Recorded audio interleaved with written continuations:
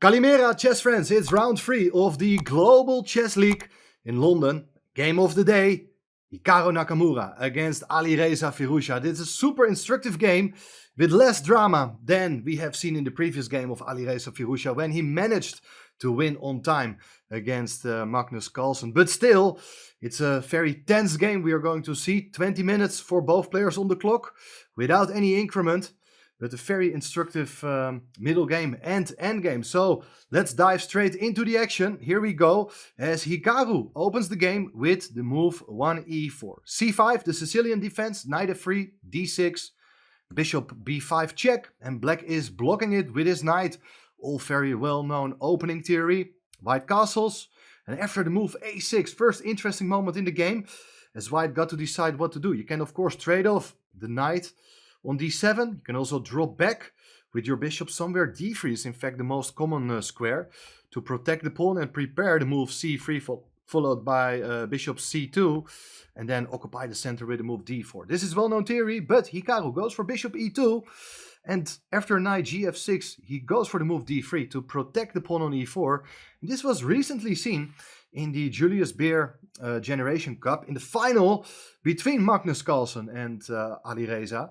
So, well, I'm pretty sure that Hikaru had studied that game in which Alireza in fact played here the move e6.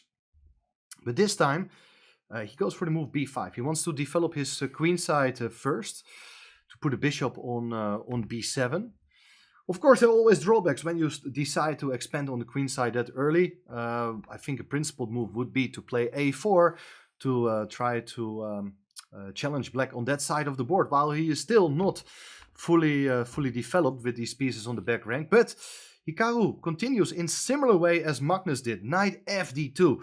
Personally, I'm not a big fan of the move, but it's definitely playable. I mean, his idea becomes clear after black's move e6. There followed the move f4, bishop to b7, and only now he played the move a4 to challenge the queen side. Bishop e7 played, and here the bishop comes to f3, queen c7, knight c3. Here you see the knight is hitting the pawn on b5. Therefore black advances the pawn to b4, kicking the knight back to e2. And here again, a lot of possibilities. It's a closed position, so you would probably expect black to castle kingside here. But the interesting maneuver was played by Firouzja as he improves his knight from d7 back to b8. Well, on b8 it's not so great, but it will come very soon to c6. But usually, when you take such a time to improve your pieces, the right strategy would be to try to open the position. So I'm looking at ideas to go e5 or f5. In any cases, you try to create some new squares for the rook open file or the knight which can jump to the center so that the bishop can be developed. But instead Hikaru plays in a more quiet manner with the move b3. Doesn't look too bad, but after knight c6, bishop to b2, Firouzja played here the move d5. So he is trying to gain more space and well, making it of course harder for the knight from e2 to move, because queen on c7 is keeping an eye on that pawn on f4. And at the right moment, maybe black is able to advance the pawn to d4 to block that bishop on b2. So a lot of positional considerations here in this position. White played here the move queen e1. And so you're expecting that with the help of the bishop on b2, the queen on e1, the rook on f1, white is looking for some action on the king side. And therefore black is not very tempted here to castle in that direction. But instead, he goes here for the move castling queenside. Remarkable idea.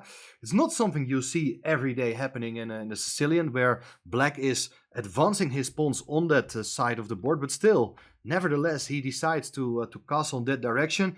It's absolutely justified because his king is surrounded by a lot of black pieces. Now, white played the move queen to f2, king b8, rook a e1, and here Firouzja even tucks his king tucks away the king into the corner with king a8. Not really sure it's needed to play like that, but definitely the king is kind of safe there. And well, you know that whenever that knight is going to move, I'm not sure how, but you also got to watch out for bishop e5 ideas. That's why he places the king on a8. White does the same. White puts his king on h1. So both sides are still trying to come up with a plan. But here, Alireza is using an idea he actually also employed in the game with Magnus. As here, he goes for the move h5. So bringing up the h-pawn is a very thematical idea, trying to gain space, and on a good day, that rook can cause some problems for the king on the h-file. Now White decided here to take the pawn on d5. Pawn takes d5. And here the move knight g3. So we have one open file, which is occupied by the rook on e1. Looks nice for White, and well, there are even ideas here to go for knight f5 at the right moment. But of course, also the pawn on f4 is hanging, and of course, Firouzja took that pawn. He likes to take this little material. Now, Nakamura's idea was to drop back with the bishop to d1. The bishop itself is not looking great here, but if you now decide to initiate the exchange of queens, all of a sudden White is quite active here with plans to put a knight on f5, to hit the bishop, to hit the pawn on g7, and also the bishop on b2 looks great. So I think here White has ample compensation for the pawn, and I think Firouzja makes the right decision, and that's always difficult in chess. You're up a pawn, up material in general. So normally speaking, trading of more pieces is a good thing to do, but here it's probably better to keep queens on the board, because after the move queen c7, not only the queen is defending the king on a8, but it's still participating in the attack, and that's going to be shown on the next move. After knight f5, Black jumps in with his own knight to g4, and that has been made possible thanks to that pawn on h5. The knight is attacking the queen, and of course Black is threatening mate in 1 on h2. If you do take on g4, which was not played in the game, there is pawn takes, and the h-file is opened with tremendous pressure against that pawn on h2. Things are looking pretty unpleasant here. For instance, if you now play queen g3, this time Black is seriously going to take on g3. You got to take back with a knight, then put the bishop on d6, and a lot of problems regarding that knight on g3 and the pawn on h2. So that looks decisive in Black's favor. Well, anyway, White didn't capture on g4, kept the h-file closed, played here the move queen g3 immediately. Now the queens are going to be exchanged under somewhat different circumstances, as after pawn takes, White's pawns on the g-file are now doubled, and Black played here the move bishop f6, offering the exchange of dark squared bishops. You're gonna take. Now, of course, you don't want to take back with a knight because it hangs the pawn on g7.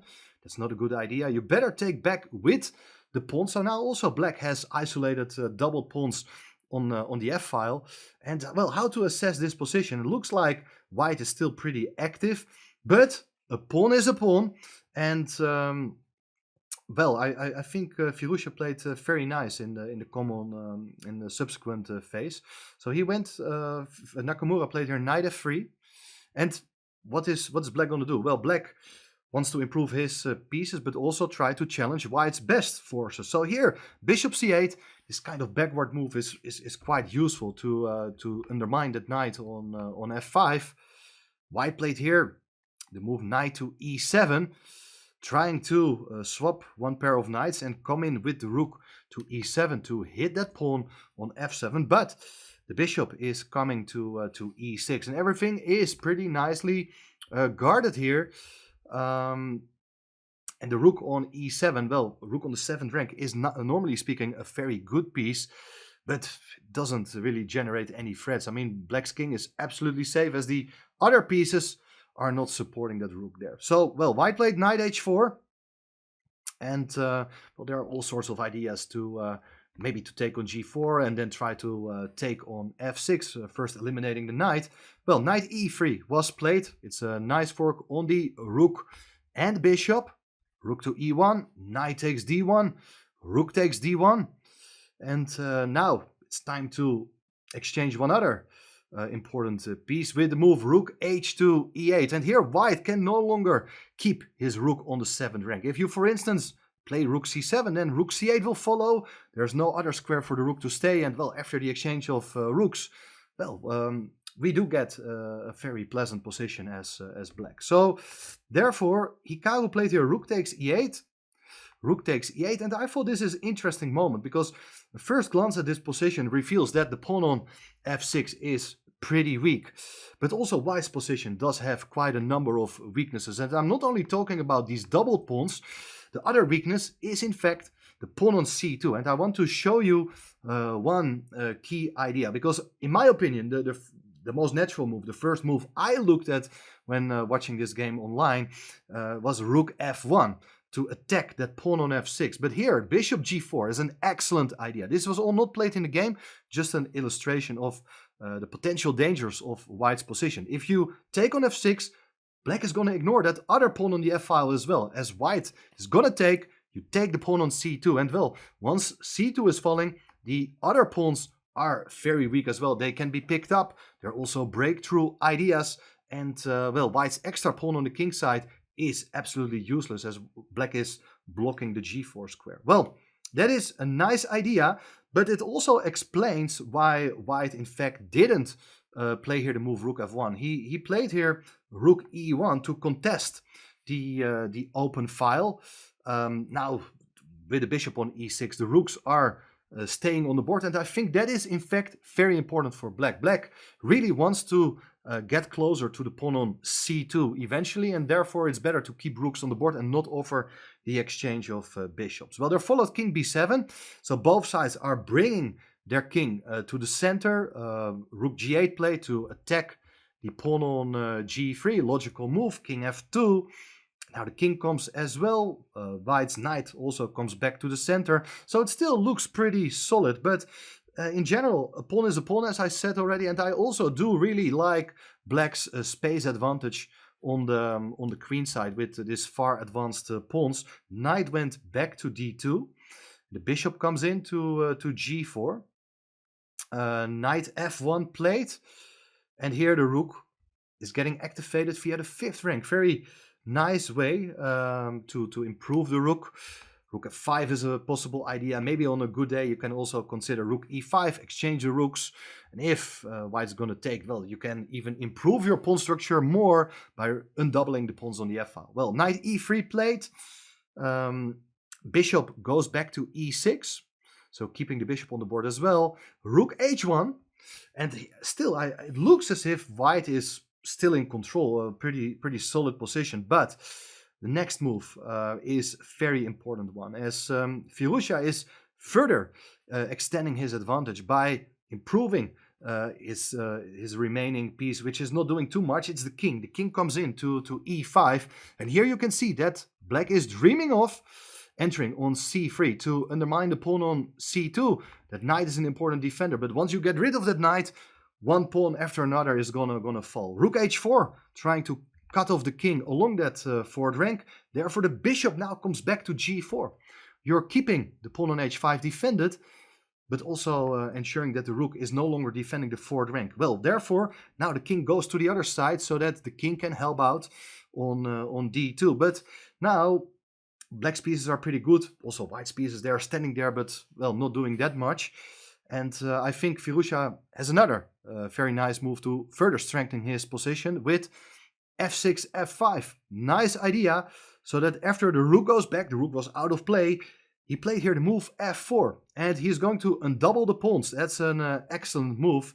If you do take on f4, was not played in the game. There's king takes f4, you're attacking the knight. And of course you can do something about it, but you can see there's a huge improvement for Black, as now he has a clear 2 versus 1 and good chances to create a passed pawn on that wing as well. So instead of taking on f4, knight takes g4 was played, and now this is also a very high class endgame strategy by Black. He takes back with the rook on g4, not minding giving up that pawn on h5, even with check. But Black has a clear plan. King comes in, and there are ideas to come either to c3 or perhaps even e3. at some point. If you do take here on f4, was not the game's continuation, it's rook takes g2, attacking that pawn on c2 as I mentioned earlier. And if you do protect it well, you can attack the pawn on c2 one more time. Looks like white's position is falling apart. So instead of taking on f4, white tried here this move, rook h4. Interesting idea, because black should not be tempted here to go for the king and pawn endgame. If you take on h4, then, well, this pawn is just much better than black's double pawns, and that means that black has to go back with his king and is probably gonna lose this endgame. So instead, Firouzja played here rook takes g3. So white can take on f4 with check, king to c3, and once again, pawn on c2 is weak, pawn on g2 is weak, so white went back with the rook to f2. And it looks as if everything is pretty well covered. You cannot make further progress with the king. But now, look at this. Black play the move f5. If you do take that pawn, well then the rook is no longer guarding these weaknesses on the second rank. So white didn't do that. White played king d1.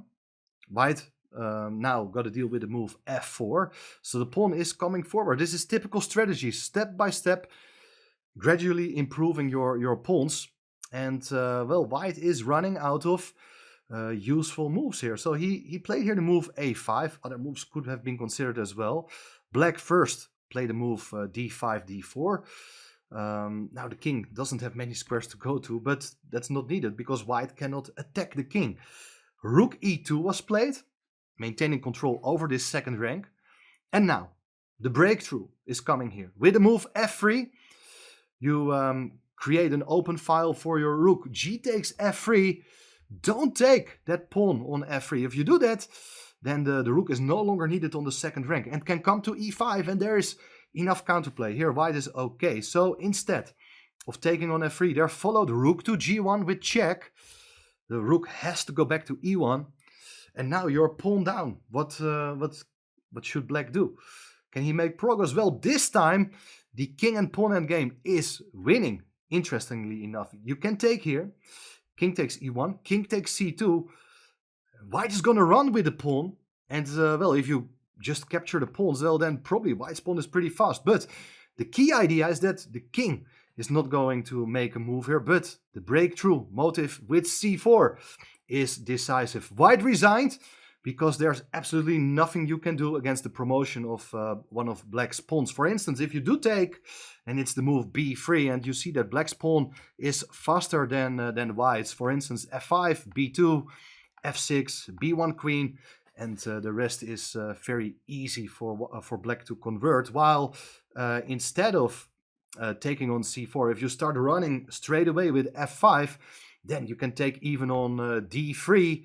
You could also take on b3, by the way, but I like taking on d3 because the next move, d2, is coming with check. It's another tempo, and well, you see that black is faster. So I thought this was a very instructive game by Firouzja. This time he was not lucky that he got the help from his opponent losing on time, but a very instructive and nice technical middle game and end game. I think very instructive ideas how to convert positions with an extra pawn. So let me know what you think of this game.